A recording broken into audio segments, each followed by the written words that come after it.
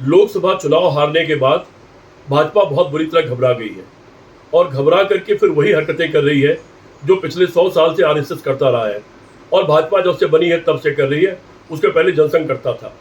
इनकी सारी की सारी खेती हिंदू मुसलमान और पाकिस्तान पर जाकर टिक जाती है, मंदिर मस्जिद पर जाकर टिक जाती है, जबकि राजनीति और सरकारें इसलिए बनती हैं कि देश का विकास करें, देश में नए नए कल कारखाने लगाएं, नए बिजली घर लगाएं, नए और काम करें जिससे लोगों को रोजगार मिले, बेरोजगारी कम करें, महंगाई कम करें, कानून व्यवस्था ठीक रखें।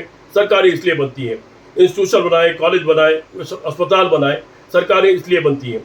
उस तरफ निगाह रखने के बजाय कि अपनी कमियां दूर करें और देश की जनता उनसे क्यों नाराज है उसको दूर करें, उसका आकलन करें, उसके बजाय फिर से भाजपा के सारे नेता और आरएसएस के सारे नेता हिंदू मुसलमान करने में लग गए हैं।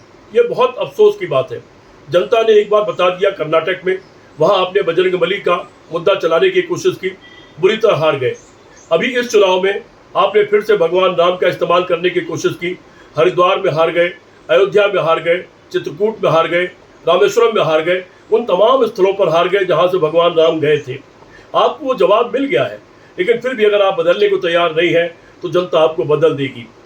कम से कम चुनाव का मुद्दा और राजनीति का मुद्दा सिर्फ विकास, देश की बहबूदी, देश के आने वाले समय में क्या होना चाहिए, 100 साल की क्या चुनौतियां हैं वो होनी चाहिए, देश की सुरक्षा होनी चाहिए, देश की विदेश नीति होनी चाहिए, देश की शिक्षा नीति और स्वास्थ्य नीति होनी चाहिए, देश की रोजगार नीति होनी चाहिए।